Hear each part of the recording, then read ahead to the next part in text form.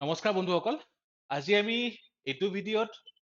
এই বছৰ আগন্তুক হ'বলগীয়া মেইনছৰ কাৰণে APSC CCE 2023 মেইনছ তাৰে কাৰণে strategy and orientation for general studies paper 1 okay so GS-1 পেপাৰখনৰ কাৰণে আমি কিছুমান ষ্ট্ৰেটেজি আৰু লগতে পঢ়িব কেনেকৈ লাগে যদি সেল্ফ ষ্টাডি কোনোবাই কৰি আছে তো পঢ়াৰ পেটাৰ্ণটো কেনেকুৱা হ'ব লাগে আমি তাৰ ওপৰত আমি অকণমান ডিছকাছ কৰিম ঠিক আছে তো ষ্টাৰ্টিঙতে চাবলৈ গ'লে যে এটা বহুত মন কৰিবলগীয়া বস্তু হ'ল APSCৰ GS-1, GS-2, GS-3, GS-5 আৰু এছেটো কিছু পৰিমাণে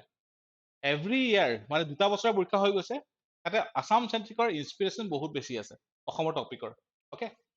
ফৰ এক্সাম্পল GS-1 যদি চাবলৈ যাওঁ 2020ৰ যিটো মেইনছৰ এক্সাম হৈ গৈছে তাতে 55 মাৰ্কছ অসম চেন্ট্ৰিক টপিকৰ পৰা ইনস্পায়াৰ্ড আছিলে সিমিলাৰলি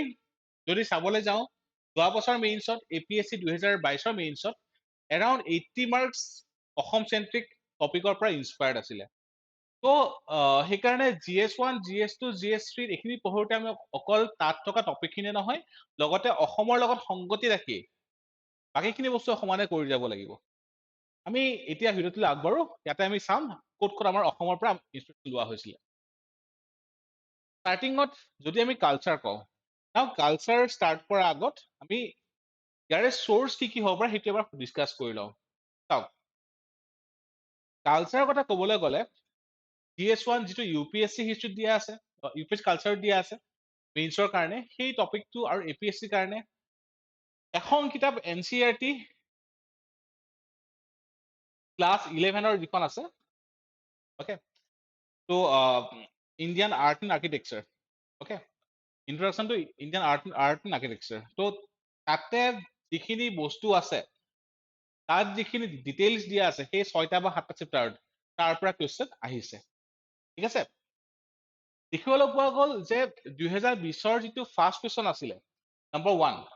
highlight the major themes of the prehistoric painting of India এইটো সেই NCERT ক্লাছ 11ৰ কিতাপখনৰ প্ৰথমটো চেপ্টাৰ তাৰে হয়তো ছেকেণ্ড পেজ বা থাৰ্ড পেজ তাতে গোটেইখিনি বস্তু দিয়া আছে তাতকৈ বেছি নালাগে কাৰণ 150 ৱৰ্ডৰ ভিতৰত লিখিব লাগে ঠিক আছে তো this is the most important source culture পাৰ্টটো কভাৰ কৰাৰ সময়ত নেক্সট যদি চাওঁ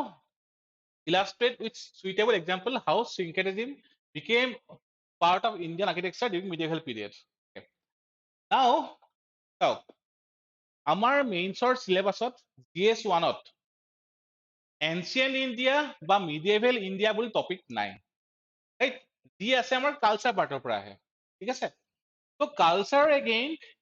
NCERTৰ যিখিনি কিতাপ আছে ক্লাছ 7খন হ'ব পাৰে বা ক্লাছ 12ৰ পাৰ্ট 2 তো সেইখিনিত যিখিনি ডিটেইলছ দিয়া আছে যে কেনেকুৱা ধৰণৰ আৰ্কিটেকচাৰ মিডিয়েভেল পিৰিয়ডত আমাৰ অনা হৈছিলে ইছলামিক আৰ্কিটেকচাৰ মোগল আৰ্কিটেকচাৰ সেই পাৰ্টখিনি তাতে আছে তো চাবলৈ গ'লে মেইন যিখিনি architecture part art and architecture part সেইখিনি আমাৰ NCERTৰ পৰা চল্ভ হৈ যায় ঠিক আছে তো এইখিনি হ'ল ইণ্ডিয়ান চেন্ট্ৰিক ইয়াৰ বাহিৰেও ফাইন আৰ্টছৰ কিছুমান ডান্স ফৰ্মৰ ওপৰত টপিক আছে এটচেট্ৰা বাট UPSC যদি চাওঁ নহয় সেইখিনি মোৰ দেন চাম বুকিছ নলেজ কাৰেণ্ট এফেয়াৰ্ছ পাৰ্টছৰ পৰা অহা দেখা গৈছে ঠিক আছে তো আমি কাৰেণ্ট এফেয়াৰ্ছ পঢ়িম আসাম ট্ৰিবিউন পঢ়িম লগতে আমি পঢ়িব লাগিব ক্লাছ 11ৰ যিখন কিতাপ আছে সেইখন মেইনলি অ'কে নাও যদি যোৱা বছৰৰ কুৱেশ্যনটো আমি চাওঁ how do the principles of Buddhism inspire ecological mindfulness to address the loss of biodiversity তো লাষ্ট ইয়াৰ APSC মেইনছৰ এইটো GS-1ৰ কালচাৰ কুৱেশ্যন আছিলে নাও চাওক বুদ্ধিজিমৰ আমি অষ্টাংগমাৰ্গ আমি জানো অ'কে 4 নবলটোত আমি জানো ৰাইট তো তাৰ লগত সংগতি ৰাখি আমি এনচাৰটো লিখিব লাগে বাট দিছ was actually A current affairs inspired question আমি অকণ পিছত দেখুৱাম যে কুৱেশ্যনটো কোনকেইটা ট্ৰিবিউনৰ এডিটৰিয়েলৰ পৰা ইনস্পায়াৰ কৰা লোৱা হৈছিলে আমি দেখাম ঠিক আছে তো ডাইৰেক্টলি তাৰ পৰা আহিছিলে গতিকে আমি কি কৰিব লাগিব ট্ৰিবিউনৰ আমাৰ এইবাৰ ক্লাছতো মেইনছৰ ক্লাছতো ট্ৰিবিউনৰ যিখিনি ইম্পৰ্টেণ্ট এডিটৰিয়েল থাকিব সেই আমি সেইখিনি ডিছকাছ কৰিম ঠিক আছে তো সেই পাৰ্টৰ পৰা ইয়াত কুৱেশ্যনখিনি আহিছে তো এগেইন সেইকাৰণে ক্লাছ 11ৰ কিতাপখন আৰু লগতে মেইনলি কাৰেণ্ট এফেয়াৰ্ছ লগতে যদি আমি চাওঁ যে আসাম চেন্ট্ৰিকৰ কুৱেশ্যন কি আহিছে এই পাৰ্ট কালচাৰ পাৰ্টটো ইয়াতে মেইনলি যদি চাওঁ write a note on the origins evolution and salient features of the Satriya dance. Okay, 150 words. Now এতিয়া এইটো question আমি অকনমান question decoding কি হয় সেইটো এবাৰ চাই লওঁ দেই তো ইয়াতে মেইনলি তিনটা পাৰ্টত আছে কোৱেশ্চনটো এটা সুধিছে কি অৰিজিন কি হয় সেকেন্ডটো কেনেকৈ ইভলিউশনটো হৈছে আৰু লগতে salient features of Satriya dance. Now Sattriya নৃত্য আমি সকলোৱে জানো ৰাইট ক্লাসিক্যাল আন্ডাৰ আমি পঢ়িছো নাও ইয়াৰে ওপৰত যদি ডিটেইলছ চাবলৈ আমি যাওঁ তেনেহলে এখন কিতাপ আছে স্বদেশ অধ্যয়ন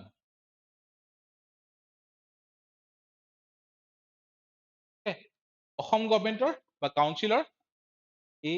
কাউন্সিলৰ যিখন কিতাপ আছে তো তাতে ইয়াৰ ডিটেইলছখিনি পোৱা গৈছে ঠিক আছে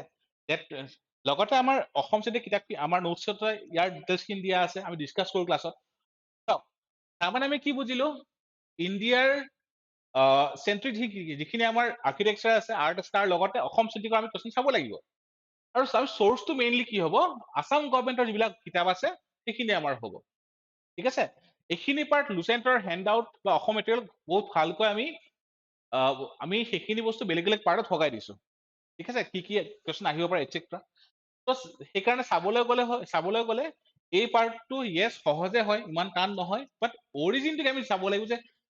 সত্ৰীয়া অৰিজিন ক'ৰ পৰা আহিছে আমাৰ আগত কি কি ডান্স আছিলে অসমত দেন লাহে লাহে আপোনাৰ বেলেগ বেলেগ বাদ্য কেনেকৈ সোমালে সেইখিনিৰ লগতে থাৰ্ডটো হ'ল salient features ঠিক আছে মাটি আখৰা আছে ঠিক আছে এটসেট্ৰা সেই বস্তুখিনি ইয়াতে আহি যাব নাও এগেইন গভৰ্ণমেণ্টৰ যিখিনি বুক আছে ফ্ৰী পিডিএফ অনলাইন পোৱা যায় তাৰ পৰা এইখিনি সাফিচিয়েন্ট হয় next to the Neo-Vaishnavite movement played the most significant role in laying the foundation of broader society in the Brahmaputra Valley of Assam. Elucidate. Now, ইয়াতো again Assam centric, again শংকৰী যিখিনি আমাৰ art আছে তাৰ পৰাই আহিছে movement আছে তাৰ পৰাই আহিছে ঠিক আছে again this part very well explained in this স্বদেশ অধ্যয়ন book okay যদি সেলফ স্টাডি কৰিছে ইয়াৰ বাহিৰে আমাক বেলেগ কিতাপ নালাগে ঠিক আছে আৰু লগতে লুচেণ্টৰ যিখিনি মেটেৰিয়েল আছে তাতে বহুত ভালকৈ এখিনি এক্সপ্লেইন কৰা আছে থাৰ্ডটো যদি চাবলৈ যায় discuss briefly the influence of Brahmo movement on the Assam society in the 19th century okay now অসমৰ Brahmo movement now ইয়াৰে সোৰ্স চাবলৈ গ'লে এটা পাৰ্টিকুলাৰ সোৰ্স পাবলৈ টান অনলাইন গুগল সাৰ্চ কৰিলে ডেফিনেটলি পাই যাব স্বদেশ অধ্যয়নত কিছুমান বস্তু আছে ইয়াৰে এসপেক্ট আছে ভালকে নাই লুচেণ্টৰ যিখিনি অসম মেটেৰিয়েল তাত গুণাভিৰাম বৰুৱা ৰামনৱমী গোটেইখিনি বস্তু ডিসকাস কৰা আছে নাও দিস পাৰ্ট লাস্ট ইয়াৰ 2022 দেখা পালো যে ব্ৰাহ্ম মুভমেন্ট অসমৰ ওপৰত প্ৰশ্ন আহিছিলে বাট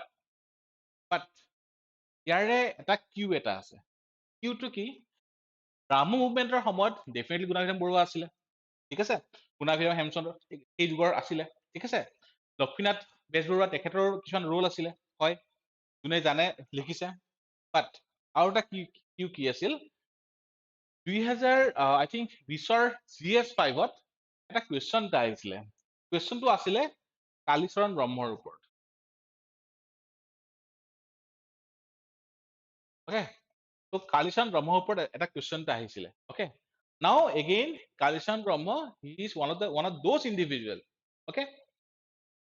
who got influenced from the Brahmo movement so that was a Q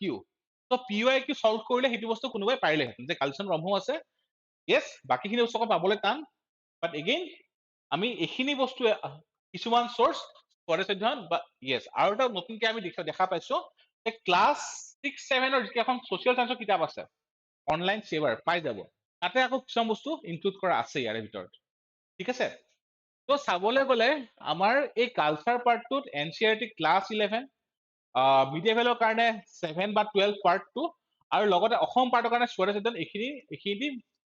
almost 80% আমাৰ হৈয়ে যায় ঠিক আছে তো এইখিনি হ'ব আমাৰ মিনিমাম সোৰ্স ক্লাস 11 ৰ কিতাপখন দেন স্বদেশ অধ্যয়ন আৰু লগত আমি আসাম ট্ৰিবিউনৰ যিখিনি ৰিসেন্ট এডিটৰ্স আমি সেইখিনি আমি চাম ঠিক আছে এইখিনি হৈ গ'ল আমাৰ কালচাৰ পাৰ্টৰ কাৰণে চাওক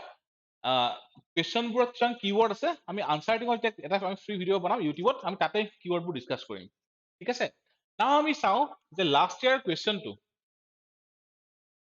how do the principles of Buddhism inspire ecological mindfulness to address the loss of biodiversity here were two important news mainly one in Tribune ইয়াত কি কৈছে Buddha's teaching offer solution to global problems so path to sustainability statement given by Prime Minister Modi ঠিক আছে তো ইয়াৰ গোটেই আৰ্টিকেলটো include কৰা নাই ইয়াৰ তলত যিখিনি বস্তু আছিলে আৰ্টিকেলটোৰ ভিতৰত যিখিনি কন্টেন্ট আছিলে তো তাৰ পৰা আমাৰ এড্ৰেছ হৈ যায় we would have got the cues যে কেনেকুৱা ধৰণৰ ইয়াত লাগে লগতে how North East monastic communities are championing green initiative so' it was also' a মানে বুদ্ধিজিম ইনস্পায়াৰ্ড আৰ্টিকেল আছিল অ'কে ফৰেষ্ট প্ৰটেকশ্যনৰ কাৰণে সাম ইণ্ডিভিজুৱেলছ হেল্প দ্য মানে ফৰেষ্ট ডিপাৰ্টমেণ্ট ঠিক আছে তো সেই ৱৰ্কখিনি আমি যদি বুদ্ধিজিমৰ অষ্টাংগ মাৰ্গ আৰু 4 নবল ট্ৰুথ তাৰ লগত আমি লিংক কৰি লিখো আমি এদিন প্ৰেক্টিচ কৰি দেখাম ইউটিউব ভিডিঅ'ত আজি নহয় তেনেহ'লে ইয়াৰ পৰা আহি যায় চ' সেইকাৰণে কৈছো কালচাৰ পাৰ্টৰ কাৰণে আপোনালোকে ক্লাছ 11 আৰু NCERT দেন অসমৰ স্বদেশ অধ্যয়ন আৰু লগতে আছাম ট্ৰিবিউন দিছ ইয়াৰ পৰাই আপোনালোকৰ 80% 90% কভাৰ কৰি দিব ঠিক আছে লগতে লুচেণ্টৰ যোন ক্লাছ কৰিছে তেওঁলোকে লুচেণ্টৰ মেটেৰিয়েল অলৰেডি পাইছে অ'কে তো আছাম চেণ্টিকত এইখিনি বস্তু কালচাৰ আমাৰ বহুত ভালকে কভাৰ কৰা আছে you can go through those books now coming to the next part চাওক মই চিলেবাছৰ কিৱৰ্ডত যোৱা নাই যে কিৱৰ্ড দিয়া আছে Indian culture will cover the salient aspect of art from literature architecture from ancient to modern times culture মই তাতে যোৱা নাই মই সেইখিনি বস্তু মই ইয়াত ডিকোড কৰা নাই চিলেবাছ ডিকোডিং আমি আগতে বহুত কৰিছো তো ইয়াত মই মেইনলি GS-1 ৰ কাৰণে কিছুমান টাৰ্গেটেড এপ্ৰ'চ মই কৈ আছো আৰু ফ্ৰীডম ষ্ট্ৰাগল যদি কওঁ মই আগতে বুক লিষ্টটো কৈ লৈছো দেই যদি বুক লিষ্ট কওঁ তেনেহ'লে NCERT is sufficient NCERT is more than sufficient এই পাৰ্টটো কভাৰ কৰিবৰ কাৰণে স্পেক্ট্ৰাম কোনে পঢ়িব পাৰে বহুত ডাঙৰ কিতাপ হয় স্পেক্ট্ৰাম কভাৰ কৰা ইমান সহজ নহয় অ'কে তো NCERT পৰা যদি চাওঁ the APSC 2020ত explain briefly the social again part বেলেগ আছে social economic and cultural background of the emergence of Indian nationalism in the 19th century okay তো social background কি আছিলে মিডল ক্লাছ আছিলে লোৱাৰ মিডল ক্লাছ আছিলে ইকনমিক বেকগ্ৰাউণ্ড কি আছিলে ৰিচ যিখিনি ৰিচ পিপল আছিল লগতে যিখিনি প'ৰ তেওঁলোক সমানে আহিছিলে এণ্ড কালচাৰেল বেকগ্ৰাউণ্ড কি হৈছিলে যে মহাৰাষ্ট্ৰৰ গণপতি উৎসৱ হওক या বেলেগ বেলেগ কালচাৰেল চিগনিফিকেন্স এটচেট্ৰা সেই গোটেইখিনি কেনেকে লৈ আহি কিনে ইমাৰ্জেন্স অফ ইণ্ডিয়ান নেশ্যনেলিজম নাও this is very well explained in class 12 part 3 book or class 8 part 2 বৰ ধুনীয়াকে এক্সপ্লেইন কৰা আছে এগেইন NCERT দেই এইখিনি বস্তু আৰু যদি কোনোবা NCERT পঢ়া নাই তেনেহ'লে স্বদেশ অধ্যয়নতো সেইখিনি বস্তু দিয়া আছে স্বদেশ অধ্যয়ন কওক বা ক্লাছ 9-10 সেৱা বোৰ্ডৰ ক্লাছ 9-10 সেৱা বোৰ্ডৰ যিখিনি কিতাপ আছে তাতো বহুত ধুনীয়াকে এক্সপ্লেইন কৰা আছে these books R freely available online ঠিক আছে তো এগেইন এই পাৰ্টটো তাৰ পৰাই হৈ যায় ঠিক আছে আৰু পঢ়া ষ্ট্ৰাকচাৰটো কৈ আছো চাওক এতিয়া আমাক টপিকটো কৈছে যে ইণ্ডিয়ান ফ্ৰীডম ষ্ট্ৰাগল লাগিব modern Indian history from about the 18th century mid of 18th century until the present significant লগতে personalities issue etc তো সেইখিনি আমাৰ কনসেপ্ট কি হ'ব যে ব্ৰিটিছ ইষ্ট ইণ্ডিয়া কোম্পানী আহিলে ইষ্ট ইণ্ডিয়া কোম্পানীৰ পলিচি কি আছিলে কিহৰ কাৰণে সাকসেসফুল হ'ল তাৰপিছত আমাৰ কি আহিব সেপয় মিউটিনি আহিব দেন সাৰ্টেন ৰিফৰ্মছ আহিব education reforms industrial reforms okay তাৰপিছত আমাৰ মেইনলি ফ্ৰীডম ষ্ট্ৰাগল পাৰ্টটো যেন আপোনাৰ এৰাউণ্ড 1880 পৰা কেনেকে নেশ্যনেলিজম আমাৰ আৰম্ভ হ'ল ওকে উগ্ৰভাৱে তো সেই পাৰ্টখিনি আহিব now this parts are well explain in NCERT বেলেগ চ'ৰ্চ আৰু একো নালাগে পঢ়োতে খালি আপোনালোকে কিছুমান ব্লগ বনাই ল'ব আৰু কম্পেয়াৰ কৰিব ফৰ এক্সাম্পল লাষ্ট ইয়াৰ কুৱেশ্যনটা আহিছিলে যোৱা বছৰ what are the main features of the Indian Renaissance okay what are the main features of Indian Renaissance now ইয়াতে কি সুধিছে ইয়াত ফিচাৰ্ছ সুধিছে ঠিক আছে চাওক মেইনলি আমি ইয়াত কি জানিব লাগিব ছচিয়লজিয়াছ মুভমেণ্টখিনি ওকে নাও ইয়াতে ব্ৰাহ্ম সমাজ আহি যায় প্ৰাৰ্থনা সমাজ আহি যায় ভালেখিনি বস্তু ইয়াতে আহি যায় ঠিক আছে ইয়াতে ফিচাৰ সুধিছে okay how to go about NCERT ভালকে এক্সপ্লেইন কৰা আছে you can definitely go to NCERT but সেই কনসেপ্ট পাৰ্টটো আপোনালোকে অকমান ইন্টিগ্ৰেট কৰিব লাগিব আৰু সেই কনসেপ্ট পাৰ্টটো আপোনালোকে ইন্টিগ্ৰেট কেনে কৰিব মই জাস্ট এটা সৰুকে আপোনাক বুজাই দিছো যে আমি জানো যে আমাৰ আৰ্লি 19th centuryত আমাৰ সোশিও ৰিলিজিয়াছ মুভমেণ্টখিনি হৈছিলে সোশিও ৰিলিজিয়াছ মুভমেণ্ট নাও ফিচাৰ সুধিছে ওকে মই অকমান ডিকোড কৰি দিছো আপোনালোকক সোশিও ৰিলিজিয়াছ মুভমেণ্টৰ আমাৰ ফাৰ্ষ্টটো হ'ল কোনে কৰিছিলে হু ইয়াতে ফিচাৰ এটা কি আহিব এটা ডেফিনেটলি আমাৰ ইণ্ডিয়ান আছে ৰাজা ৰামমোহন ৰায় এটসেট্ৰা ভালেখিনি আছে লগতে আমাৰ ফৰেনাৰো বহুতখিনি আছিলে ব্লেভেটস্কি আছিলে ঠিক আছে আফটাৰ দ্যাট দেৰেজিও আছিলে ৰাইট তো কোনে কৰিছিলে নেক্সটটো হ'ল হাউ কেনেকৈ কৰিছিলে ওকে কৰিছিলে এটা আছিলে ৰিফৰ্ম মুভমেণ্ট কোনবিলাক মুভমেণ্ট এগেইন ব্ৰাহ্ম সমাজ হ'ব পাৰে প্ৰাৰ্থনা সমাজ হ'ব পাৰে ওকে সেকেন্ডটো হ'ল ৰিভাইভেল মুভমেণ্ট যেনেকে আৰ্য সমাজ বা আৰ্য মুভমেণ্ট তো ফিচাৰ চাওক কিমান ডিষ্টিংক্ট ভাৱে আপোনালোকে ক'ব পাৰিলে যে ইণ্ডিয়ান আৰু foreigner both contributed in the Indian energy সেকেন্ডটো হ'ল ইয়াতে আপোনাৰ কিছুমান ৰিফৰ্ম ক্যাৰেক্টাৰিষ্টিক আছিল ৰিফৰ্মিষ্ট ফিচাৰ আছিল কিছুমান আমাৰ কি আছিল ৰিভাইভেলিষ্ট ফিচাৰ আছিল আমি হিটো গম পালো ওকে ইয়াতে হাউ আৰু এটা বস্তু আহি যাব ইয়াত টাৰ্গেট কাক কৰা হৈছিল যদি আমি চাও first it was women centric কিহৰ কাৰণে উইডো ৰিমেৰেজ আহি গল সতী আহি গল ৰাইট সেকেন্ডটো ডিপ্ৰেস ক্লাস বা ক্লাস মুভমেন্ট এই পাৰ্টটো আহি গল ঠিক আছে দেন আৰু কিছুমান আহি যাব সেক্টৰ ওয়াইজ কেনেকুৱা সেক্টৰ যে ইয়াতে আপোনাৰ নিউজ পেপাৰ বা বুকস পাবলিশিং আহি গৈছিল কলকাতা স্কুল বুক সোসাইটি এটসেট্ৰা ঠিক আছে দেন এডুকেশনৰ কাৰণে ওমেন এডুকেশন এটসেট্ৰা তাৰ কাৰণে মুভমেন্ট আৰম্ভ হৈছিল ঠিক আছে সব মেইন ফিচাৰ অফ ইণ্ডিয়ান ৰেনেজু আপোনালোকে সকলোৱে জানে ব্ৰাহ্মসমাজ প্ৰাৰ্থনা সমাজ আৰু আপোনাৰ ক্লাছ 8তে পঢ়ি আহিছে আৰু সেইখিনি বস্তু আপোনাক কিছুমান সেক্টৰ ওয়াইজ ডিভাইড কৰি দিয়ে লিখিবলৈ পইণ্ট বাঢ়ি যায় আৰু যদি পইণ্ট বাঢ়ি যায় মেইনছত স্কোৰ কৰা সহজ হৈ যায় তো ইয়াত চাওক এতিয়া Indian and foreigner both reformist movement revivalist movement then women centric depress centric বা class centric then book newspaper then Kolkata school book society লগতে এডুকেশন মুভমেণ্ট সব আহি গল মানে কিমানখিনি ফিচাৰ আমি দেখা পালো মানে এটা জেনাৰেল এনসাৰ লিখাতকে ইয়াতে আপোনালোকে স্কোৰ কৰিবৰ কাৰণে বেছি সুবিধা হ'ব ঠিক আছে তো সেইকাৰণে এই পাৰ্টটোত you have to work on কেনেকে এনচিআৰটি যিখিনি আছে নহয় তাৰ পৰা আপোনালোকে কিছুমান কনসেপ্ট ডেভেলপ কৰিব লাগিব ওকে আৰু সেই কনসেপ্ট ডেভেলপ কাৰণে আপোনালোকৰ এনচিআৰটি সাফিচিয়েন্ট হয় ইউটিউব ভিডিও আছে ওকে যোনে লুচন ক্লাছ কৰি আছে লুচন আমাৰ মডাৰ্ণ ইণ্ডিয়া হিষ্ট্ৰী বেলেগকে নোট দিয়া আছে এইবিলাক বস্তু ঠিক আছে তো সেইখিনি এনাফ হয় ওকে নেক্সট পাৰ্টটো আহিছে চাৰ্টাৰ এক্ট একেবাৰে সহজ 1833 আমি লক্ষ্মীনাথতো পঢ়ো পলিটিতে পঢ়ো একেবাৰে সহজ দেন এগেইন গান্ধী এণ্ড টেগৰ এনচিআৰটিত আছে এনচিআৰটি একদম কম্পেয়াৰ কৰি থোৱা আছে ক্লাছ 12 পাৰ্ট 3 প্ৰবাবলি ঠিক আছে ওকে চাওক আৰু এটা বস্তু লাষ্ট ইয়াৰ এটা কুৱেশ্যন এটা আছিলে ভুবন okay now Bhuban was mentioned in the Indian NCERT books multiple times around 4-5 geography books are আপোনাৰ ভুবনটো মেনশন কৰা আছে বেলেগ পাৰ্সপেক্টিভত ঠিক আছে সো আমি সেইকাৰণে ক'ব NCERT কোনোবাই ক'ব পাৰে যে পঢ়া সময় নাই বাট NCERT ইজ দ্য বেচিছ ঠিক আছে তো ডেফিনেটলি এটা ইকুৱেল লেভেল কম্পিটিশন কৰিবৰ কাৰণে কম্পিটিশন ডেফিনেটলি এনেকুৱা ভাবিবই বা যিকোনো বৰ্ডে ভাবিব যে সকলোৰে কাৰণে ঢুকি পোৱা কিতাপৰ পৰা কুৱেশ্যনবোৰ যাতে আহে যাতে খালি অকণমান এডভান্স লেভেলত ঠিক আছে নেক্সট যদি চাই লাষ্ট ইয়াৰ এইটো অলৰেডি ডিছকাছ কৰিলো লগতে role of foreigners who made India their homeland ঠিক আছে তো চাওক এইখিনি বস্তু again NCERT okay Blavatsky Annie Besant then Derozio movement অসমৰ ক্ষেত্ৰত ইয়েছ সম্পূৰ্ণভাৱে নহলেও হেনৰি কটন আমাৰ কটন কলেজ 1901 ৰাইট তো কিমানখিনি আমাৰ অলৰেডি আমি জানোৱে সেইখিনি বস্তু জাষ্ট এটা থুলমুলকে লিখিব লাগে মই নাভাবো যে ইয়াৰ কাৰণে কিবা পাৰ্টিকুলাৰ ষ্টাডি আপোনাক দৰকাৰ হ'ব NCERT is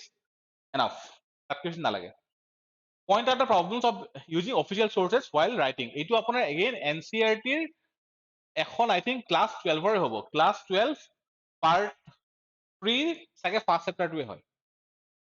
point out the problems in using official sources ঠিক আছে লগতে যদি আপোনালোকে অসমৰ বস্তু ইয়াত ইনক্লুড কৰিব খোজে যেনেকৈ আপোনাৰ পথৰুঘাট ৰাইট পথৰুঘাটৰ ৰিভল্ট কেতিয়া হৈছিলে আমি জানো 1894 হৈছিলে হয়নে বাট আমি এইটোও জানো যে ব্ৰিটিছ গভৰ্ণমেণ্টৰ সেইখিনি সময়ৰ ডকুমেণ্টত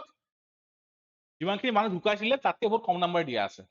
একচুৱেল নাম্বাৰতকৈ তাৰমানে কি হয় সেই নাম্বাৰখিনি শুদ্ধ নহ'ব পাৰে তো এইটো এটা আপোনাৰ এক্সাম্পল আহি গ'ল অসমৰ পৰা পথৰুঘাট নাও ইয়াৰ কাৰণে আপোনালোকৰ বিশেষ একো বেলেগকৈ পঢ়িব লগা নহয় যদি NCERT পঢ়িছে that is sufficient ঠিক আছে লুচেণ্টৰ মেটেৰিয়েল আমাৰ এইখিনি বস্তু অলৰেডি আছে চৰ্চেছৰ কথা ইয়াতকৈ বেছি আপোনালোকক নালাগে যদি ইয়াত আমি চাওঁ Assam specific how was the Assamese character see the keyword ইয়াত কি সুধিছে অসমীয়া how was the Assamese character reflected in the national freedom movement from 1921 to 1942 discuss চাওক character বুলি কোৱাৰ লগালগ ইয়াতে আমাৰ কিছুমান বস্তু আমি বেছিকে ইম্পেচাছ দিব লাগিব আমাৰ ইয়াতে ইকুৱালিটি আছিলে হয়নে আগৰ পৰা আছিলে চন্দ্ৰপ্ৰভা শইকীয়ানী তাৰ তেখেতৰ ওপৰত কুৱেশ্যন আহিয়ে গৈছিলে ৰাইট ইকুৱেলিটি আছিলে দেন আমাৰ চেক্ৰিফাইচো আছিলে কুশল কোঁৱৰ কনকলতা এটচেট্ৰা ঠিক আছে তো তাৰ লগতে আমাৰ এছামিজ কেৰেক্টাৰ যে ধৰি লওক আমাৰ সেই সময়ত আপোনাৰ কানিংহাম চাৰ্কুলাৰ যেতিয়া আহিছিলে কানিংহাম চাৰ্কুলাৰ তো সেইখিনি সময়ত আপোনাৰ স্কুল কলেজ বাদ দিছিলে চাকৰি বাদ দিছিলে তো সেইখিনিতো আপোনাৰ চেক্ৰিফাইচটো আহি যায় ঠিক আছে দেন অহিংসা সেই পাৰ্টটো আহি যায় তো ইয়াতে সুধিছে অসম ক্ষেত্ৰত ঠিক আছে ইয়াতে কিন্তু এইটো সোধা নাই যে 21 পৰা 42 লৈকে নন এনচিপি নন কভাৰ্চন মুভমেণ্টৰ পৰা CDM তো তাৰ পৰা গোটেইখিনি এক্সপ্লেইন কৰিব পৰা নাই ইয়াত কেৰেক্টাৰটো সুধিছে সেই পাৰ্টটো এগেইন কিৱৰ্ডৰ লগত সংগতি ৰাখি আপোনালোকে লিখিব পাৰে আৰু এগেইন এই বস্তুখিনি 14 আপোনালোকে পাই যাব ওকে তো আমি গম পালো যে ফ্ৰীডম ষ্ট্ৰাগলৰ এই যিখিনি বস্তু আহিছে সেইখিনিও NCERT বা গভৰ্ণমেণ্টৰ কিতাপৰ ভিতৰতে আছে বা ট্ৰিবিউনৰ কিছুমান আৰ্টিকেলৰ পৰা ইনস্পায়াৰ্ড হয় ঠিক আছে GS-1 স্ক'ৰ কাৰণে এনেও সহজ হয় তো ইয়াতে এইখিনি সাফিচিয়েণ্ট হয় আমি এবাৰ লাষ্টত ডিছকাছ কৰিম যে কি আমাৰ দৰকাৰ হ'ব যদি আমি পোষ্ট ইণ্ডিপেণ্ডেন্সত যাওঁ এখন ক্লাছ 12ৰ কিতাপ এখন আছে history politics in India since independence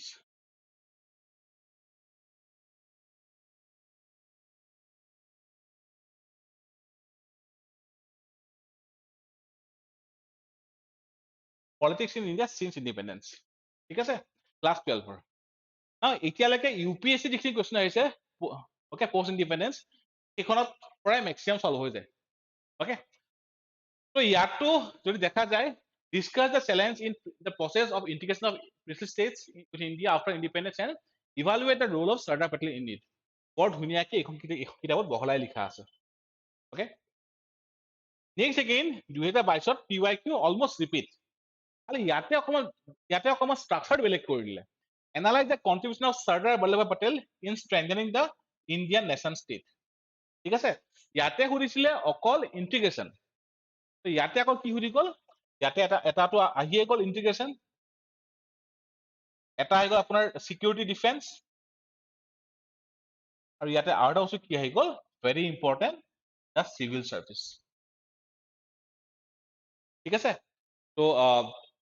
সেই তিনিটা বস্তুৱে আপোনাৰ এগেইন ক্লাছ 12ৰ কিতাপখন বহুত ভালকে এক্সপ্লেইন কৰা আছে ওকে সেইখন সাফিচিয়েণ্ট আমাৰ পোষ্ট ইণ্ডিপেণ্ডেন্স কথা আমি কভাৰ কৰিছিলো ইয়াৰ বাহিৰে এই বছৰৰ কাৰণে লেটছ সে বেংক নেশ্যনেলাইজেশ্যন ওকে তাৰে ওপৰত কিছুমান টপিক আহি আছিলে এটচেট্ৰা তো সেইবিলাক বস্তু এই বছৰৰ কাৰণে ইম্পৰ্টেণ্ট হ'ব পাৰে চিমিলাৰলি আগত যিখিনি আহি গৈছে অসম পাৰ্টৰ মে বি মাধৱদেৱ is important for this year okay মাধৱদেৱ ইম্পৰ্টেণ্ট হ'ব পাৰে তাৰপিছত আৰু ভালেখিনি টপিক আছে যেনেকৈ অসমৰ এনচিয়েণ্ট ডান্স ফৰ্ম এতিয়ালৈকে অহা নাই মুখা তাৰপিছত মেনুস্ক্ৰিপ্ট এটচেট্ৰা এইখিনি বস্তু সমানে ইম্পৰ্টেণ্ট হয় তো ডেফিনেটলি অনাৰ অফ সেই পাৰ্টৰ পৰাই আপোনাৰ কুৱেশ্যনখিনি তাকে আমি কভাৰ হৈ যাব ওকে যদি আমি এতিয়া অসমৰ স্পেচিফিক চাওঁ give a critical account of economic impact of partition of India on Assam ঠিক আছে চাওক এইটো আছিলে actually inspire from one Tribune editorial নাও why it was in the news because বাংলাদেশৰ এটা পোৰ্টৰ লগত আমাৰ কিছুমান ইণ্টিগ্ৰেশ্যনৰ কথা চলি আছে ৰাইট যেনেকে ত্ৰিপুৰাত এখন ৰিভাৰ এখন আছে ফেনী ৰিভাৰ বাংলাদেশ বৰ্ডাৰৰ লগত তাতে এখন মৈত্ৰী ব্ৰিজ হয়তো আপোনালোকে ফিলিপছৰ কাৰণে পঢ়িছিলে তাৰে থ্ৰুদি আমাৰ বাংলাদেশৰ কিছুমান পোৰ্টত ৰামগড় আপোনাৰ লেণ্ড পোৰ্ট হ'ব পাৰে আৰু বেলেগ পোৰ্টত আপোনাৰ কি হ'ল আমি কানেক্টিভিটিৰ কাৰণে আমি কাম কৰি আছো এইখিনি বস্তু যেতিয়া হ'ব নহয় তেতিয়া আমাৰ কি হ'ব আমি যিবিলাক বস্তু এক্সপৰ্ট কৰোঁ হেণ্ডিক্ৰাফ্ট হওক টি হওক সেইখিনি আমাৰ খৰচবিলাক লাহে লাহে কমি যাব ৰাইট আদাৰৱাইজ যদি আমি এতিয়া চাওঁ যে ডিব্ৰুগড় বা শিৱসাগৰৰ পৰা গৈ ভায়া ৰোড কেলকাতা তো ট্ৰান্সপৰ্টেশ্যন কষ্ট আপোনাৰ বহুত হাই হয় তো এইখিনি হোৱাৰ লগত আপোনাৰ সেই কষ্ট আপোনাৰ কমি যাব তো দিয়া আছে আৰ্টিকল ইন ট্ৰিবিউন সেইখিনি সময়ত আই থিংক এক্সামৰ জাষ্ট ডেৰমাহমান আগত তো হিয়াৰ ইট ৱাজ অলৰেডি মেনশ্যন যে বিফৰ পাৰ্টিশ্যন মেঘালয় এৰিয়া বা অসমৰ কিছুমান এৰিয়াৰ যিখিনি খেতি বাতি আছিলে হৰ্টিকালচাৰ আছিলে তাৰে মাৰ্কেটখন আমি ক'ত আছিলো বাংলাদেশৰ চাৰ্টিন ৰিজন আমাৰ আছিলে আফটাৰ পাৰ্টিশ্যন আমাৰ সেইখিনি বস্তু ব্ৰেক হৈ গ'ল ব্ৰেক হোৱাৰ কাৰণে কি হ'ল সেইখিনি বিক্ৰী কৰিবৰ কাৰণে তেওঁলোকৰ জেগা নাই ইনকাম কমি গ'ল ৰাইট চিমিলাৰলি যিখিনি আমাৰ টি এক্সপৰ্ট কৰিছিলো আমাৰ যিহেতু ট্ৰান্সপৰ্টেশ্যন কষ্টটো বাঢ়ি গ'ল আমাৰ সেইকাৰণে ইণ্টাৰনেশ্যনেল মাৰ্কেটত আপোনাৰ কম্পিটিটিভ ন হৈ গ'ল ৰাইট বাকীবোৰ country Sri Lanka Kenya they got the advantage so it was very well explained in that articles আজি মই ইয়াত টুট কৰা নাই but somehow in another day I will explain it in YouTube video so সেই পাৰ্টটো সমানে ইম্পৰ্টেণ্ট হয় ঠিক আছে so again from this perspective post independence NCERT is sufficient right আৰু লগতে আমাৰ যিখিনি ট্ৰিবিউনৰ এডিটৰ থাকিব আমি সেইখিনি পঢ়িব লাগিব ঠিক আছে now coming to the next part communalism regionalism secularism social empowerment salient features of Indian society now এই পাৰ্টৰ যিখিনি কুৱেশ্যন আছে ন UPSC PYQ লগৰ পৰা বহুত বেছি ইনস্পায়াৰ্ড হয় ঠিক আছে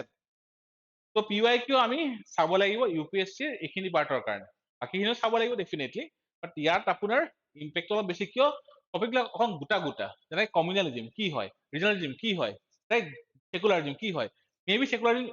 সেকুলাৰিজিম is important for this year maybe because last 2 year চাগে কুৱেশ্যন নাছিলে ডাইৰেক্টলি অ'কে যদি কুৱেশ্যনখিনি চাওঁ আমি APSC 2020 discuss the significance of India's demographic dividend in her economic development তাকে UPSC PYQ টো আহি গৈছে আৰু এইটো নিউজত আছে India is a young country right সেই য়ং কাউণ্ট্ৰিখনত যিখিনি আমাৰ হিউমেন ৰিচোৰ্চ আছে কেনেকৈ আমি স্কিললি চেনেলাইজ কৰিব পাৰোঁ আৰু চেনেলাইজ কৰি কেনেকৈ আমাৰ economic growth as well as development বাঢ়িব সেই পাৰ্টটো আমি পঢ়িয়ে থাকোঁ ৰাইট ত' সহজ question highlight the factors that led to rise of regionalism in Indian politics critically examine its role in strengthening the Indian federalism ইয়াত critically কৈছে দেই critics now highlight the factors that led to rise of regionalism so 1950 পিছত language movement হওক বা নতুন language wise ষ্টেটৰ কাৰণে movement হওক তাৰ পৰা আমাৰ ৰিজনেলিজিম যেনেকৈ বেলেগ ষ্টেট আহিছিলে অসমতো আহিছিলে ৰাইট সেই পাৰ্টটো আমি ইয়াত লিখিব লাগিব কি হ'ব পাৰে ইয়াতে ফেক্টৰ্ছ এটা হ'ব পাৰে আনইকুৱেল ডেভেলপমেণ্ট হ'ব পাৰে ৰাইট দেন আপোনাৰ কিছুমান কালচাৰেল চিগনিফিকেঞ্চ থাকিব পাৰে ল্যাঙ্গুৱেজ ৱাইজ এটচেট্ৰা ৰাইট তো সেইখিনি বস্তু আমি অলৰেডি পঢ়োঁ NCERT আৰু য়েছ NCERT দুখন কিতাপ আছে ক্লাছ 11 আৰু ক্লাছ 12 এই দুখন সাফিচিয়েণ্ট হয় হা এই পাৰ্টটোৰ কাৰণে okay now critically examine its role in strengthening Indian federalism okay federalism মানে কি হয় ডিভিজন অফ পাৱাৰ ক'ৰ পৰা আহে আৰ্টিকল 246 ৰাইট তিনিখন list state list union list আৰু কনকাৰেণ্ট লিষ্ট কোপাৰ্টি ক'ৰ পৰা আহে কনকাৰেণ্টৰ পৰা আহে ৰাইট তো its role in strengthening Indian federalism ঠিক আছে তো যদি ৰিজনেলিজম আহিছে যদি ৰিজন স্পেচিফিকেশ্যন যিমান ফুলফিল হৈ আছে তাৰমানে কি হয় তাৰমানে আমাৰ যিখিনি আমাৰ পাৱাৰখিনি কনচেন্ট্ৰেট হৈ থকা নাই ৰাইট ডিচেন্ট্ৰেলাইজ হ'বলৈ আৰম্ভ কৰিছে ঠিক আছে তো সেইখিনি ফেক্টৰ লৈ কিনে ডেভেলপমেণ্টৰ কাৰণে লেটছে এতিয়া নৰ্থ ইষ্ট যদি চাবলৈ যাওঁ এতিয়া ট্ৰান্সপৰ্টেশ্যনৰ কাৰণে ইনফ্ৰাৰ কাৰণে কাম বহুত হৈছে ৰাইট তো লগতে যেতিয়া আপোনাৰ বেলেগ বেলেগ গ্ৰুপ হ'ল বা আৰ্টিকল 371 বা তাৰ পৰা আহিলে নৰ্থ ইষ্ট কাউন্সিল আহিলে ৰাইট তাৰ পৰা আমাৰ ৰিজনেল কিছুমান এছপেক্টবোৰ আপোনাৰ বেছি ভালকে ফুলফিলিং হৈছে লগতে যিহেতু কিছুমান দায়িত্ব আহি গৈছে সেইটো কাৰণে আমাৰ ফেডাৰেলিজম ষ্ট্ৰেংথেন হৈছে ঠিক আছে সেই পাৰ্টটো ইয়াতে আহি যাব নাও দিছ ইজ এগেইন ৰিজনেলিজমৰ যি চেপ্টাৰ আছে NCERT that is sufficient. Last year কি আহিলে 22ত comment on the new trendy big fat Indian wedding. Now this is a very generalized question. So চবৰে ইয়াত লিখা এইটো বেলেগ বেলেগ হ'ব পাৰে, but again there was an article in Tribune. এটা আৰ্টিকেল এটা আহিছিলে যে ইণ্ডিয়ান ৱেডিং যিটো আছে নহয়, অকে, ইণ্ডিয়ান ট্ৰেন্ডি ৱেডিং যিটো আছে তাৰ কাৰণে কি হৈছে, এটা নতুনকে ইকনমি ক্ৰিয়েট হৈ আছে। কিমান আছিলে, কিমান $1 বিলিয়ন মোৰ মনত নাই, নাম্বাৰ দিয়া আছিলে আৰ্টিকেলটোত, আৰু তাৰ কাৰণে কি হৈছে, ফ্ৰম দিছ ইকনমি আমাৰ জব ক্ৰিয়েট হৈছে, ঠিক আছে।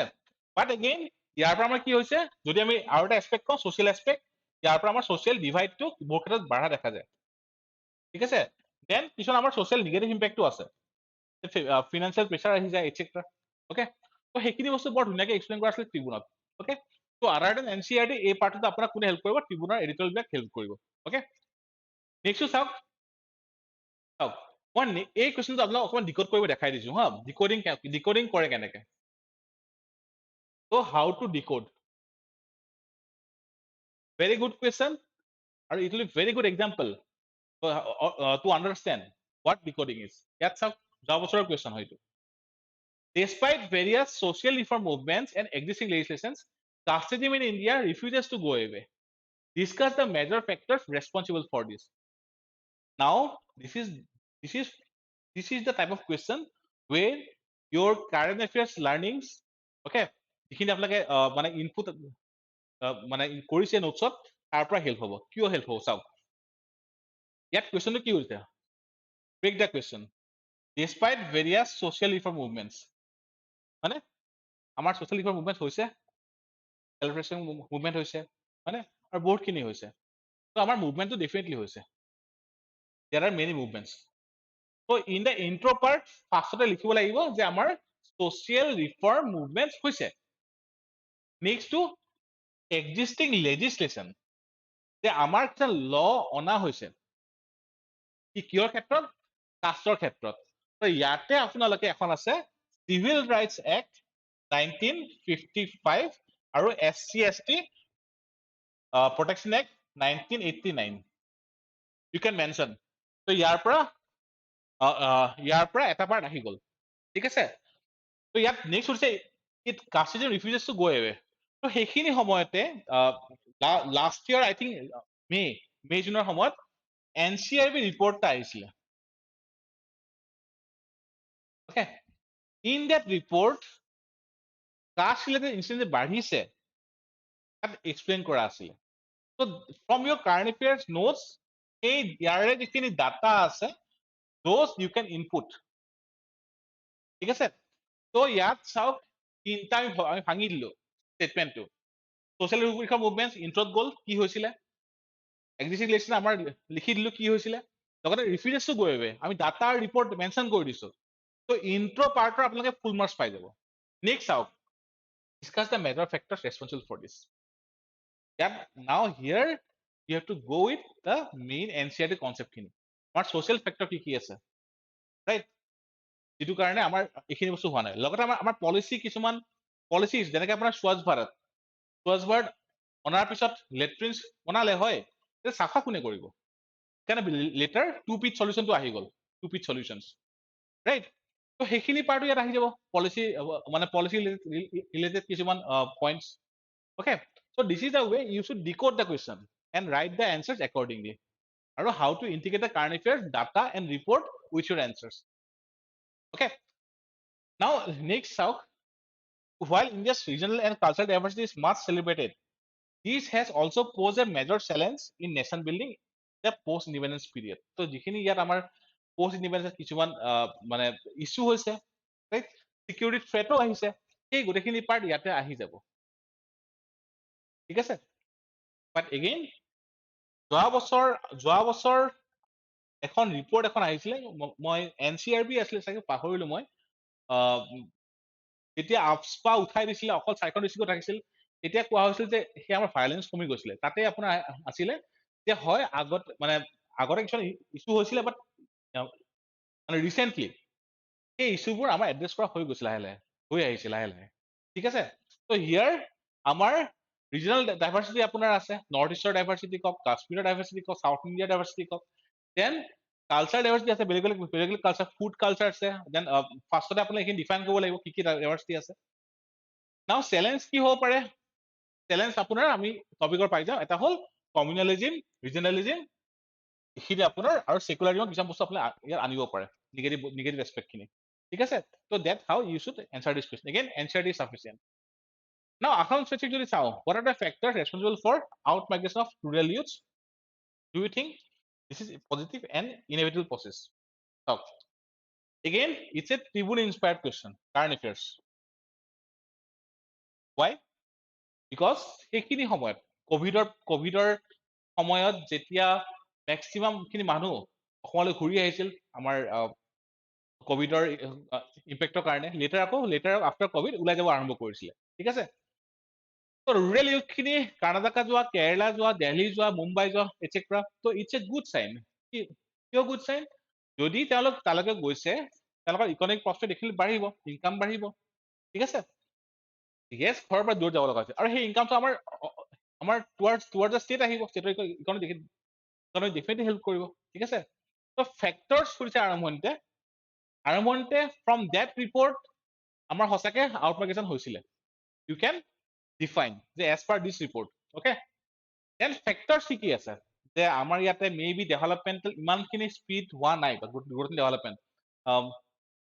যিমানখিনি হ'ব লাগিছিলে, সেইটো কাৰণে বাহিৰৰ অপৰচুনিটি বেছি আছে, আৰু মে বি আমাৰ কোষ্টেল ৰিজন নাই ফৰ ট্ৰেড, ৰাইট? আমাৰ চব ৰোড, ফায়াৰ ৰোড, এতিয়া লাহেকে এক্টিভ পলিচিৰ পৰা বস্তুখিনি খোলা আৰম্ভ কৰিছে, সেই পাৰ্টটো আনিব পাৰে, ঠিক আছে?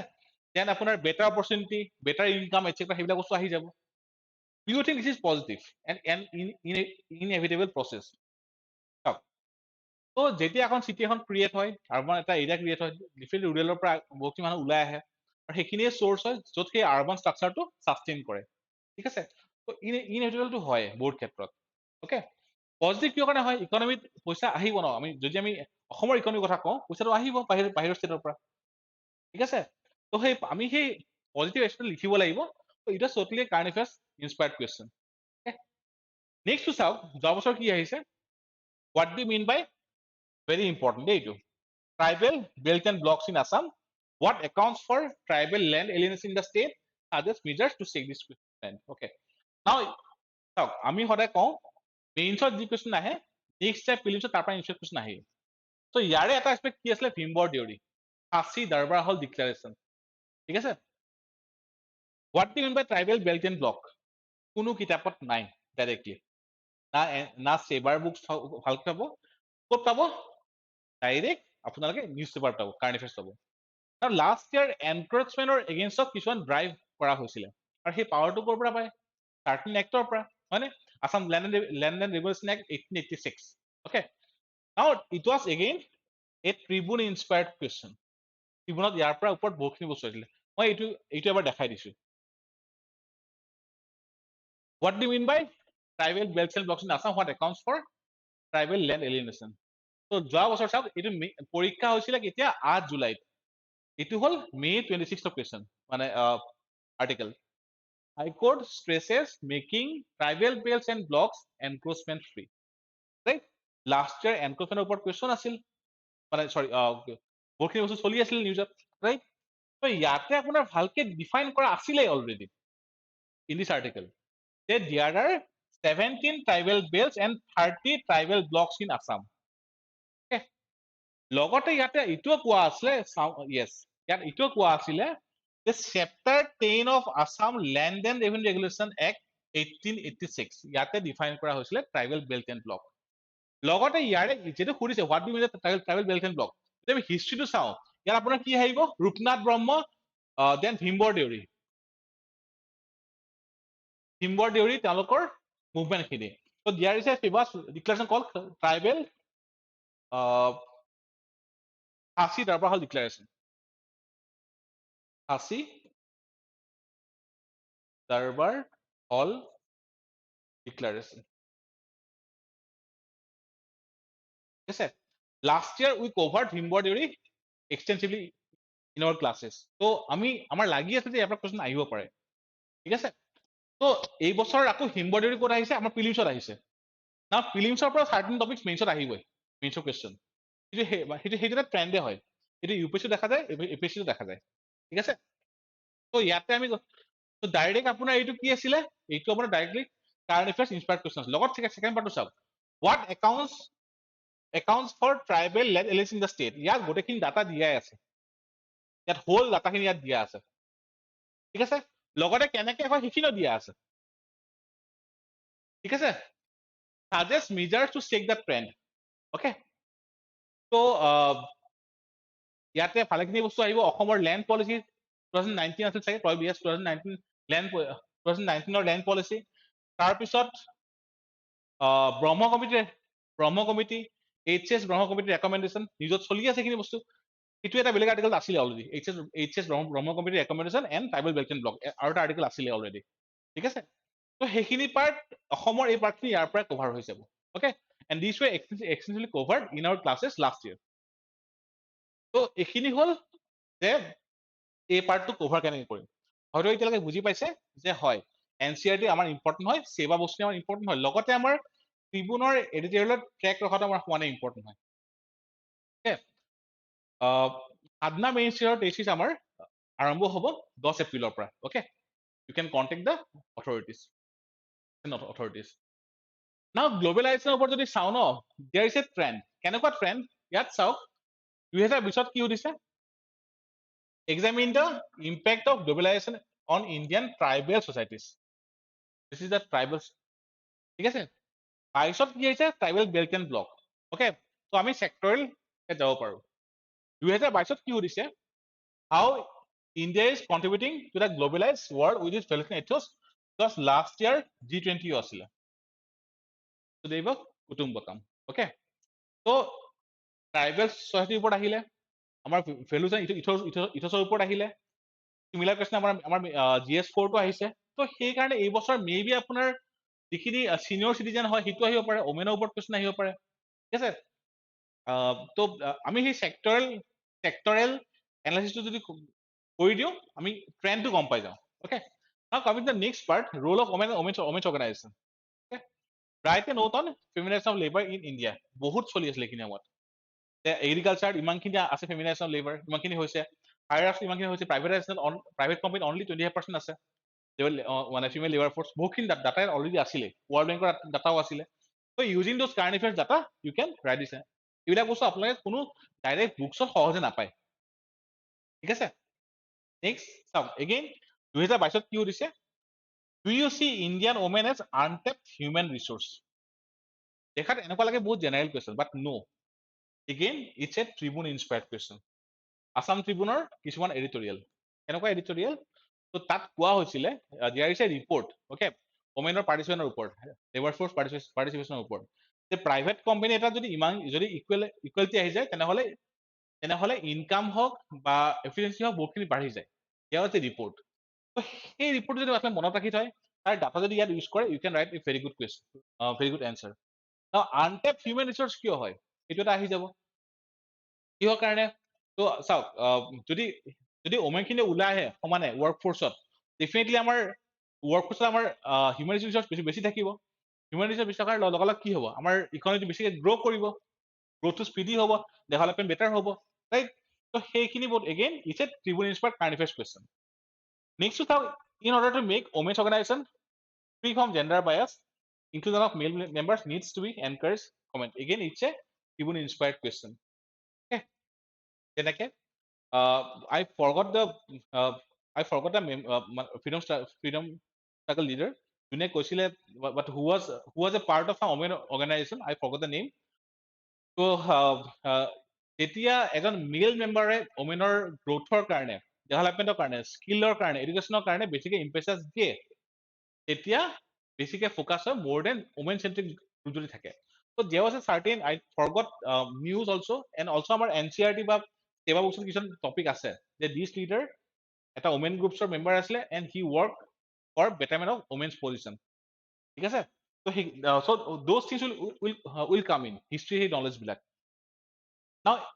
as G20 share, India has identified women-led development as one of the high priority subjects. Discuss the merits of women-led development in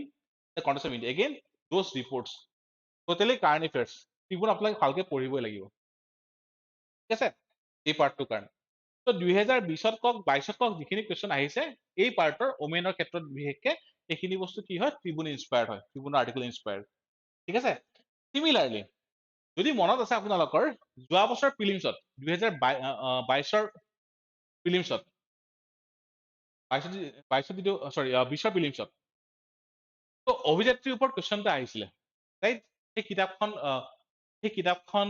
কাৰ ওপৰত লিখা হৈছে এটা কুৱেশ্যন এটা আছিলে প্ৰিলিমছত আৰু মই আপোনালোকৰ কি কৈছো যে এভৰি ইয়াৰ প্ৰিলিমছৰ পৰা কিছুমান কুৱেশ্যন নেক্সট মেইনছত থাকেই ইনস্পায়াৰ্ড কুৱেশ্যন সিমিলাৰলি এভৰি ইয়াৰ এইবছৰ মেইনছত যিখিনি কুৱেশ্যন আহিব নেক্সট ইয়াৰ প্ৰিলিমছত তাৰ পৰা কিছুমান কুৱেশ্যন আহিবই দ্যাটছ এ ট্ৰেণ্ড অ'কে তো 2022ৰ যিটো প্ৰিলিমছ আছিলে তাতে অভিযাত্ৰীৰ ওপৰত কুৱেশ্যন এটা আহিছিলে এনচাৰ আপোনাৰ চন্দ্ৰপ্ৰভা শইকীয়ানী তো এগেইন মেইনছত কি আহিলে the role of Assam Pradesh Mahila Samiti in women empowerment in the state highlighting the contributions made by Chandraprabha Saikiani তো কি আছিলে সেইখিনি সময়ত এডুকেশ্যনৰ কাৰণে আছিলে তেখেতৰ ভনীয়েক ডক্টৰ সেই পাৰ্টটো আছিলে দেন আপোনাৰ এমপাৱাৰমেণ্টৰ কাৰণে কি হেণ্ডিক্ৰাফ্ট এটচেট্ৰা সেই স্কিল বিলাক ঠিক আছে তো স্কিল হেল্থ এডুকেশ্যন চব পিনে আছিলে ৰাইট এমপাৱাৰমেণ্টটো আমি এই কুৱেশ্যনটো আমাৰ ট্ৰিবুনটো আহিছিলে আৰু আমি এইটো সাধনা টেষ্টত আমি ইনক্লুড কৰিছিলো ঠিক আছে তো এগেইন এইটো আপোনাৰ কাৰেণ্ট এফেয়াৰ্ছ পাৰ্টৰ পৰা দেখা যায় তো এইখিনি পাৰ্ট যদি দেখা পাওঁ আমি মেইনলি কি গম পাওঁ যে it's a current affairs inspired part হয় তাৰ পৰা কুৱেশ্যন বেছিকে থাকে so we need data we need reports certain reports so that the answers don't become generalized answer কিছুমান স্পেচিফিক আমি পইণ্ট দিব পাৰো য'ৰ পৰা আমাৰ মাৰ্কছ স্কোৰিংটো বেটাৰ হৈ যায় ঠিক আছে তো এইখিনি আছিলে আমাৰ এই পাৰ্টটো ঠিক আছে ৰোল অফ ওমেন অৰ্গেনাইজেশ্যন আৰু গ্লোবেলাইজেশ্যন মেইনছৰ ক্লাছ আমাৰ ছেকেণ্ড এপ্ৰিলৰ পৰা ষ্টাৰ্ট হৈ আছে আমি ইয়াতে হলিষ্টিকেলি গোটেইখিনি পাৰ্ট কভাৰ কৰিম লগতে আমাৰ ইয়াত ট্ৰিবুনৰ কিছুমান এডিটৰিয়েল কুৱেশ্যন থাকিব যিবিলাক আমি ডিছকাছ কৰিম আৰু লগতে আমি এই পাৰ্টটোতে কি হ'ব মেইনছৰ টেষ্ট চিৰিজৰ যিখিনি ভিডিঅ' থাকিব যে টেষ্ট চিৰিজত এইবাৰ টেষ্ট চিৰিজত কি হ'ব যিখিনি কুৱেশ্যন থাকিব তাৰ ভিডিঅ' এনালাইচিছ দিয়া হ'ব অ'কে আৰু সেইখিনি ষ্টুডেণ্টৰ ফিডবেকৰ তাত ল'ব পাৰে ষ্টুডেণ্টে কুৱেশ্যন কৰিব পাৰে ঠিক আছে তো সেই পাৰ্টখিনি ইয়াত ইনক্লুড থাকিব লগতে printed materials cases included printed materials থাকিব বেলেগ বেলেগ টপিকৰ কাৰণে all this are given in the slide you can read after the class now urbanization I think this is the topic for this year also why smart city লগতে আমাৰ municipality reform panchayat reform বহুতখিনি হৈ আছে আমাৰ ঠিক আছে লগতে আমাৰ ইয়াতে আমাৰ ৱেষ্ট মেনেজমেণ্টৰ কাৰণে বহুতখিনি বস্তু চলি আছে গুৱাহাটীত তো সেইখিনি বস্তু ইম্পৰ্টেণ্ট হয় 2020 কুৱেশ্যন এটা আছিলে smart cities in India cannot sustain without smart villages discuss now it's a PYQ previous year এইটো কুৱেশ্যন সুধিছিলে UPSC ঠিক আছে ফাণ্ডাটো একদম easy smart cities cannot sustain without smart villages তো আমাৰ স্মাৰ্ট চিটিজ কি থাকে মোবাইল থাকে ই গভাৰ্নেন্স থাকে ই চাৰ্ভিচেছ থাকে এটচেট্ৰা সেইখিনি কাৰণে যিখিনি আমাৰ ভিলেজেছ থাকিব আৰু যিখিনি ইউথ থাকিব লাগিব যিখিনি ৱৰ্কফৰ্চ ওলাই আহিব they need to be smart they should understand the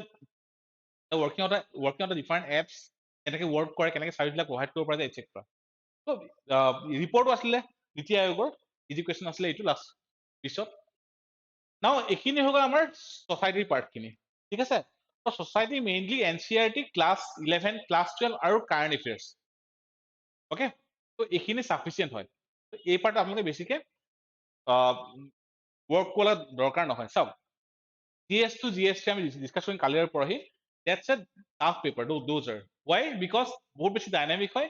আৰু বহুত বেছি ৰিচেণ্ট জাজমেণ্ট হওক বা ৰিচেণ্ট কিছুমান ইছ্যু হওক তাৰ পৰা কুৱেশ্যন আহে তাক স্ক'ৰ কৰিবৰ কাৰণে অকণমান টাফ হয় GS একচুৱেলি GS-1 যিহেতু মষ্টলি ষ্টেটিক হয় আৰু কাৰেণ্ট এফেয়াৰ্ছৰ পাৰ্টৰ পৰা কুৱেশ্যনবোৰ ইজি আহে জেনেৰেলি আমি কৰি ল'ব পাৰোঁ coming to the physical geography part দেখা গৈছে চাওক I am giving you one very important input the first question ইয়াত কি সুধিছে what are the extreme precipitation events and what are their effects extreme precipitation events talk events okay plural number আছে now hey বছৰ most of our students what they did is এইটো সুধিছে extreme precipitation event তেওঁলোকে লিখি দিলে এনসাৰটো কি হয় cloud burst হ'ব পাৰে, দেন চাইক্লোন হ'ব পাৰে, etc. ঠিক আছে। নাও প্ৰিচিপিটেশ্যন মানে কি হয় ডিফাইন কৰিছে, আফটাৰ দ্যাট কি হ'ব পাৰে, high rainfall, cloud burst, thunderstorm, cyclone, they have defined that these are the extreme precipitation events. Okay, now it was a mistake. Now why it was a mistake? আৰু এইবিলাক ভুল আপোনালোকে যাতে এই বছৰ মেইনছত নকৰে, ঠিক আছে। First very unique guidance. ইয়াক সুধিছে extreme precipitation events মানে what do you mean by extreme? ইয়াত কৈছে প্লুৰেল দিছে events, তাৰমানে যেটো extreme কৈছে, extreme can be of two types, extreme high and extreme low. ঠিক আছে। Most of the students they answered this part only. High কি হইব, cyclone আহিব, ঠিক আছে, maybe cloud burst আহিব, then maybe hailstorm আহিব, okay, but ইয়াতে আমাৰ most important ইয়াত ড্ৰটো আহিব, ড্ৰট মানে যদি এই পাৰ্টটো নিলিখে আধা মাৰ্কস অলৰেডি ওলাই গ'ল, right? So this is the some of the points where you should be very sincere that question to কি হচ্ছে, decoding is very important. Okay, আচ্ছা next part to why such events occurring more frequently in recent times. So recent times ওপৰত এই বছৰ এটা প্ৰিলিমছৰ question আহি গৈছে, ড্ৰট আহিছে নহয় এবাৰ COP 28. So ইয়াত আপোনাক ডাটা লাগিব, কেনেকুৱা ডাটা, IMD কিছুমান ডাটা আহি থাকে সময় সময়, যে IMD কৈ থাকে যে চাইক্লোন আমাৰ বাঢ়িছে, চাইক্লোন কমিছে, ৰেইনফল বাঢ়িছে, ৰেইনফল কমিছে, মানে ক্লাউড বাৰ্ষ্ট বাঢ়িছে, কম হোৱা ৰেইনফল বাঢ়িছে, etc. Those data will be needed. Why? The second part, যে সঁচাকে এনেকুৱা হৈ আছে, ক্লাইমেট চেঞ্জ ইনডিউচ, আৰু লগতে এই দুইটা যে ড্ৰটো বাঢ়িছে আৰু এইটো পাৰ্টো বাঢ়িছে, কিয় হৈছে, কেনেকে হৈছে, ইউ নিড টু এক্সপ্লেইন, ঠিক আছে। ইয়াত যদি আপোনাক অকল এইটো পাৰ্ট ডিফাইন কৰে যে হাই ৰেইনফল, মানে cloud burst, cyclone, etcetera, then ইয়াতে 15 নম্বৰ আছে ন, আপোনালোকে তাৰমানে অনলি 7.5 এনচাৰ কৰিছে, বাকী এনচাৰ কৰাই নাই, মাৰ্কস নাপায়, okay. So this is why you need to understand the question, quote the question. Now next is again QIQ almost. Do you agree the view that interlinking of rivers can address the water issues in India? Give reasons for your answer. Pichapidam project চলি আসলে, Krishna Godavari project,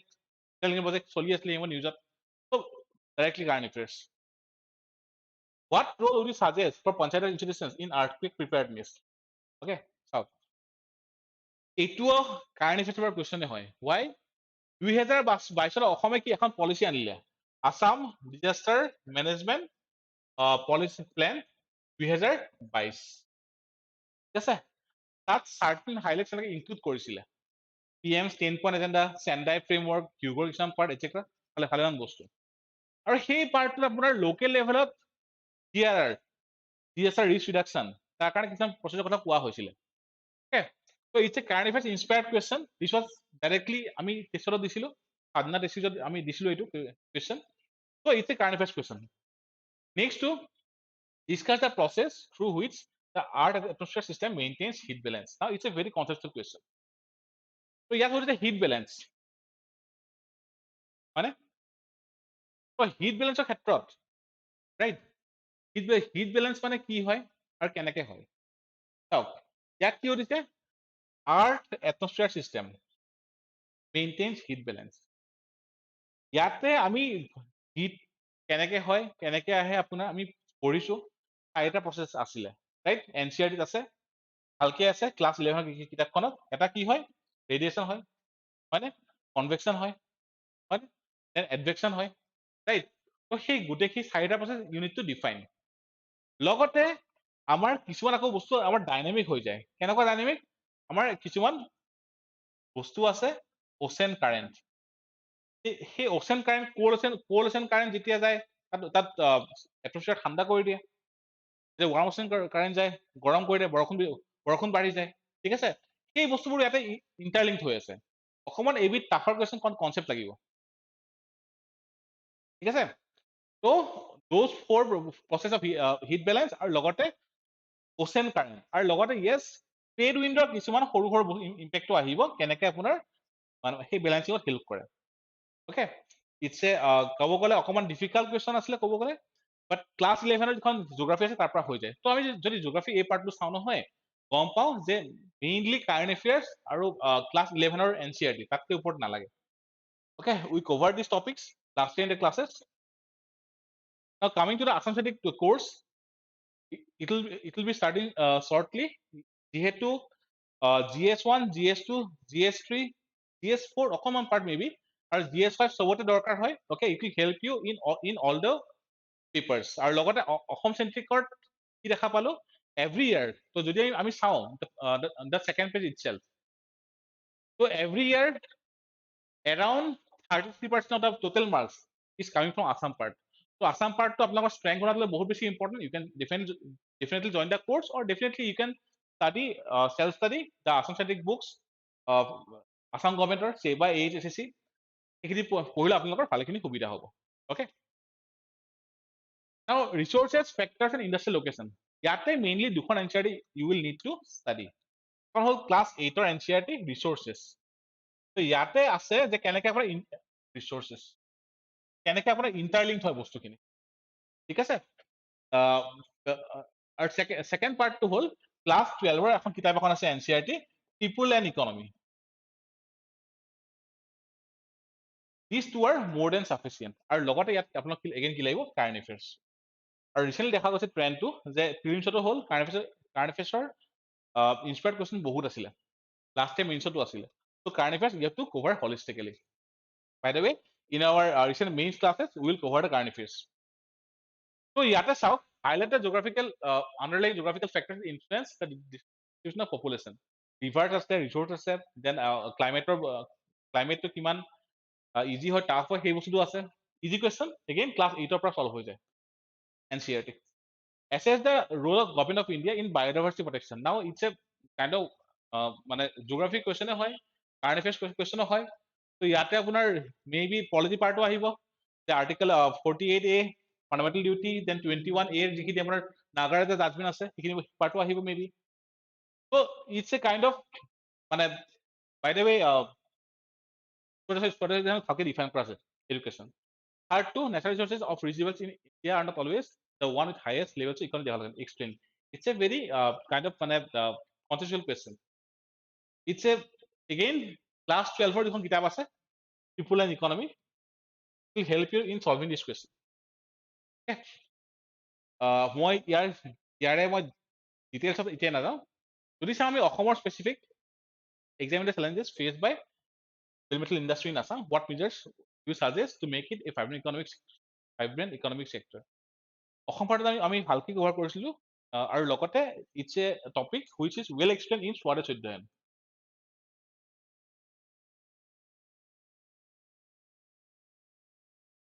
ঠিক আছে sufficient হ'ব next two is factor endowment always a necessity for development of the industry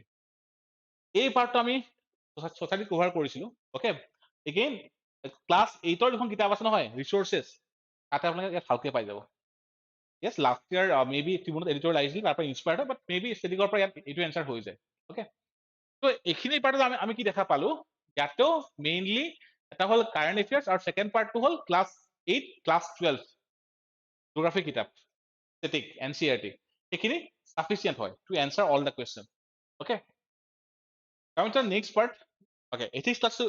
will be starting from 4th April okay আৰু ইয়াতে আমাৰ case studies বা philosophy গোটেইখিনি কভাৰ কৰা হ'ব we have a very good track record in the last two times APSC আচ্ছা এইখিনিয়ে হ'ল আমাৰ আজিৰ এই পাৰ্ট GS-1 পাৰ্টৰ যিখিনি আমাৰ kind of orientation যে পঢ়িব কি লাগে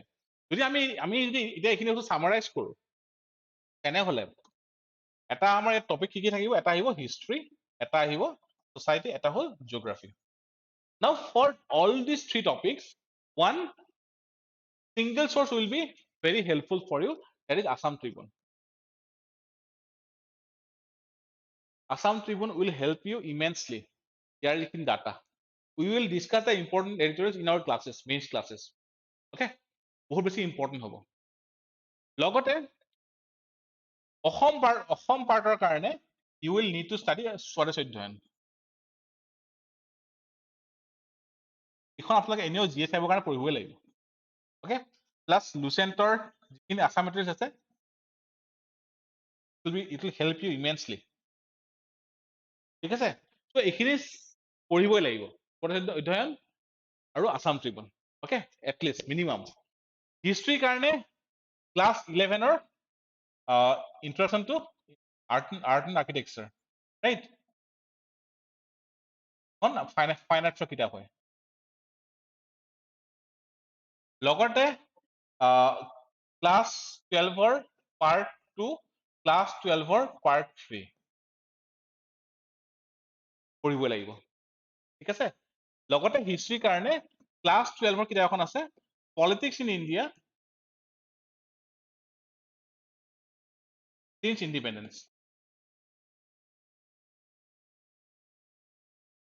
এইখিনি কিতাপ। ছ'চাইটিৰ কাৰণে এগেইন ক্লাছ 11, ক্লাছ 12 NCERT। লগতে আপোনাৰ ট্ৰিবিউন আৰু এডিটৰিয়েল পাৰ্টটো। আৰু জিঅ'গ্ৰাফিৰ কাৰণে ক্লাছ 11ৰ যিখন জিঅ'গ্ৰাফি আছে এই কিতাপখন, আৰু লগতে কাৰেণ্ট এফেয়াৰ্ছ পাৰ্টটো। So these will suffice the preparation level of you guys for GS-1 for the upcoming mains exam। এইখিনি sufficient হয়। ওকে, তো ইয়াৰ বাহিৰে I think you will need to note down certain data and reports etc. so that your answers don't become very generalistic। Okay, এইখিনি answer খিনি আপোনালোকৰ যদি অকণ specific data দিব পাৰে then it will help you immensely। ঠিক আছে, so other than that 3 important sources আকৌ লিখি দিছো, NCERT প্লাছ স্বদেশ অধ্যয়ন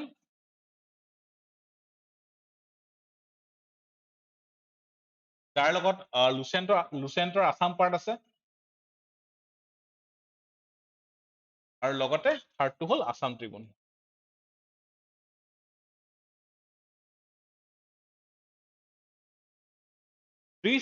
These 3 sources will help you। মই গোটেই 100% নকওঁ, এটলিষ্ট আপোনাৰ 80 to 90% অফ দ্য চিলেবাছ। কিছুমান বাউন্সাৰ আহিবই, আপোনালোকে সেইটো এক্সামত হেণ্ডেল কৰিব লাগিব নিজে, কিন্তু আপোনাৰ নলেজ আছে। ঠিক আছে, এগেইন সেই নলেজখিনি যদি ইয়াৰ পৰা আহিব আমি জানো, সেইকাৰণে আমি 100% ধৰিব পাৰো। যিহেতু আপোনাৰ মানে ইয়াৰ পৰাই থাকিব সেইখিনি নলেজ, আমি ফুল 100% ইয়াত ধৰি ল'ব পাৰো। ঠিক আছে, বাট ডাইৰেক্ট কুৱেশ্যন যিখিনি আহিব ইয়াৰ পৰা আহিব। অ'কে, তো GS-1ৰ আমাৰ ডিছকাশ্যন এইখিনিয়ে। মই যদি অকমান ক'বলৈ যাওঁ, লাষ্ট ইয়াৰৰ যিখিনি tribal belt and block it was a bouncer kind of, right? অকমান টাফ আছিলে, যোনে ট্ৰিবিউন পঢ়িছে they have written very well structured answer maybe। তাত তেওঁলোকে হিমবৰ দেউৰীও লিখিছে, প্লেন ৰেভেলছন 1886 লিখিছে etc। তো চিমিলাৰলি লেটছ সে এইবাৰ যিহেতু তাৰ ওপৰত কনচিডাবল ওপৰত কথা মানে চলি আছে এতিয়াও, মে বি তাৰ ওপৰত যিখিনি এডিশ্যনেল নিউজ আহি আছে, ৰাইট? 1946ৰ ফৰেনাৰ ট্ৰাইব্যুনেল, সেইটো ইম্পৰ্টেণ্ট হ'ব পাৰে। মাধৱদেৱ ইউনিভাৰ্চিটি নতুনকৈ আপোনাৰ আৰম্ভ কৰি আছে, তো মাধৱদেৱ ইম্পৰ্টেণ্ট হ'ব পাৰে for main GS-1, right? So we need to target those topics which is in the news first thing, আৰু লগতে আমাৰ এইখিনি minimum পাৰ্টখিনি। It will help you guys to address very holistically the questions which will come in the GS-1 paper for the upcoming APSC CCE mains 2023। Okay, I hope this video has helped you guys। at least আপোনালোকে source টো গম পালে, question decoding টো অকণ হয়তো শিকিলে, আমি তাৰ পৰা আৰু কিছুমান ভিডিঅ' বনাম। আৰু লগতে yes, GS-1 আপোনাৰ কভাৰ হৈ যায়, মেক্সিমাম ষ্টেটিক বস্তুৱে হয়। তো GS-2ত আমি অহাকালি আকৌ আহিম, আকৌ লগ পাম। আজি আমাৰ ক্লাছটো এইখিনিতে এৰিছো, ধন্যবাদ।